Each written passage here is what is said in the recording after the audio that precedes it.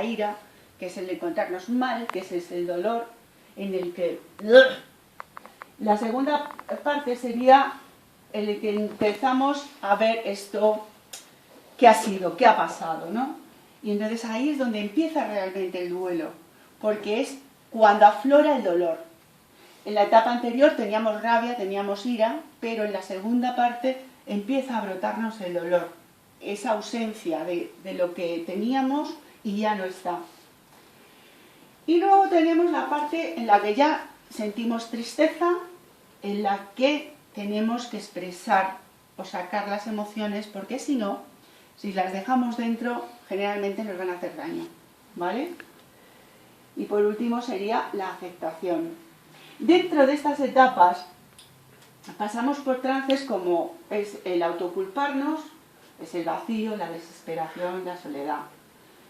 ¿De qué manera podemos trabajar esto con la hipnosis reconstructiva? Pues sencillamente volviendo al subconsciente, a nuestra parte donde nosotros nos culpamos a nosotros mismos y donde tenemos ese origen de culpa, ¿por qué? Podemos reprogramar en nuestra mente que eso no es verdad, que en realidad no nos podemos culpar de algo que está fuera, a no ser que la hayamos asesinado con un cuchillo o con una pistola, y con eso tendríamos que también que verlo, ¿no? Pero por lo general la culpa es algo que nos lo achacamos a nosotros mismos sin tener mayores alegaciones que las que hacemos nosotros. Más aplicaciones que podemos hacer con hipnosis, más pérdidas.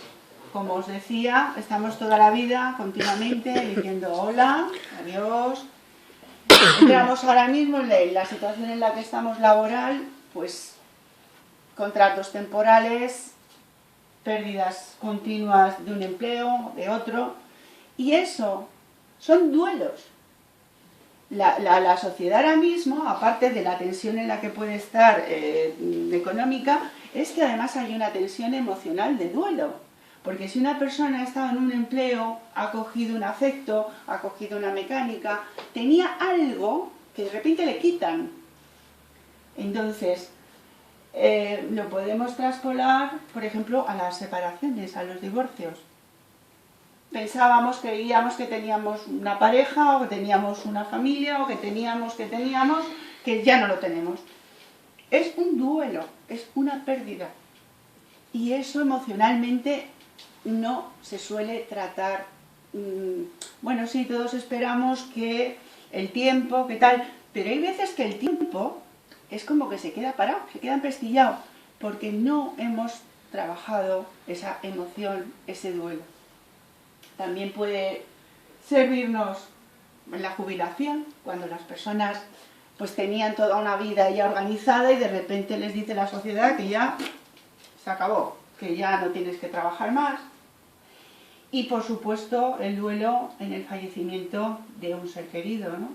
De qué manera esa persona podemos hacer que desde su subconsciente pueda comunicarse, pueda conectar con la energía de esa persona que sigue formando parte de ella, porque somos un todo, y la muerte en el fondo no es nada más que un cambio de estado.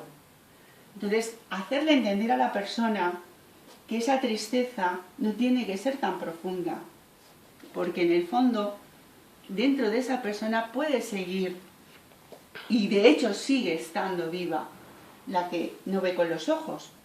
Todo esto, cuando lo podemos reprogramar, la persona lo siente eficazmente después en su vida cotidiana.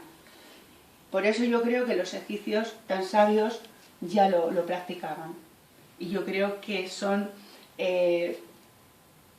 técnicas y que son formas de poder volver a tratar al ser humano de una manera más humana. Bueno, otras aplicaciones que puede tener la hipnosis reconstructiva.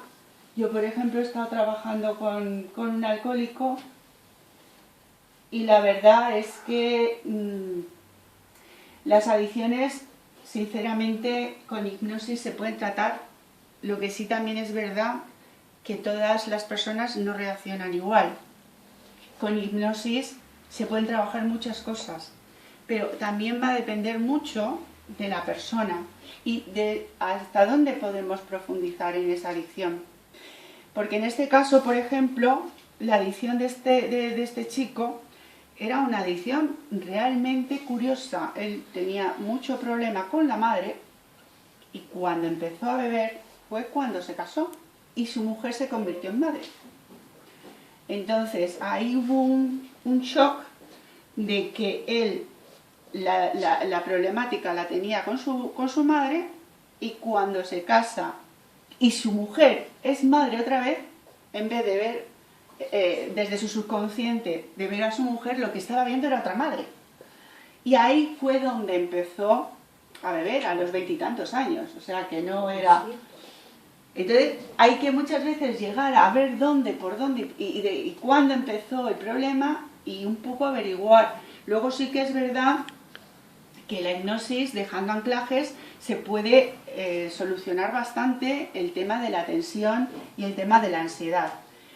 Pero también es verdad que hay que profundizar mucho en por qué fue la causa y por qué esa persona tiene esa determinada adicción, porque además cada adicción es diferente. No es lo mismo la adicción de un alcohólico que la de un heroinómano o que la de una persona que toma pastillas. Cada adicción es específicamente por algo. Y bueno, otra de las cosas que podemos trabajar con hipnosis es nuestra relación con el dinero, ¿verdad, Paqui? Es de las que decía que ella no quería ser rica. Que la sobra el dinero, que anda sobrada. No, porque no da importancia, o sea, me daba igual el dinero. Claro, para mí hay otras cosas más importantes. Claro, entonces ese es el problema, ¿no? Que cuando alguien en su subconsciente tiene arraigado, porque familiarmente parece que no está bien visto, que todos tenemos que trabajar con el sudor de nuestra frente y ganarnos muy duramente el jornal, pues es que eso está metido en un programa de estos que tenemos en nuestro subconsciente. Entonces, poder cambiar esto es nada más que darnos cuenta de cómo estamos repitiendo una conducta equivocada. Puede ser una conducta aprendida o puede ser una conducta heredada, pero de cualquier manera es una conducta que se puede modificar. Y bueno, la hipnosis reconstructiva de lo que trata en sí es de liberar y de sanar la energía que tenemos. Casi todas las personas yo creo que la tenemos bastante comprimida. Entonces muchas veces yo lo que sí siempre explico es que milagros no. Que Lourdes, no soy Lourdes. Que es un trabajo lo que hay que hacer y bueno, y que sobre todo que la salud tenemos que tener en cuenta que es algo en lo que tenemos que trabajar y en lo que tenemos que tomar conciencia y de que muchas veces el entorno en el que estamos o las personas con las que estamos en contacto tenemos que ver hasta qué punto también nos afectan, ¿no? Muchas veces no solamente es cuestión de hipnosis, sino es cuestión de estar consciente. Y es decir, esta persona pues puede ser familiar o esta persona la quiero mucho o esta persona es mi jefe. Ya si es tu jefe la hemos liado porque a ver cómo... Pero sí que es verdad que tenemos que ser en ese sentido muy, no voy a decir egoístas, sino sabios, porque indudablemente nuestra salud lo va a notar. Estar con personas que nos pueden, con su energía, con sus formas de ser, con sus actos, nos pueden alterar nuestra salud, es importante tenerlo en cuenta porque siempre se mueren los buenos. Y eso creo que hay que tomarlo muy en serio. No son solo palabras, también son realidades.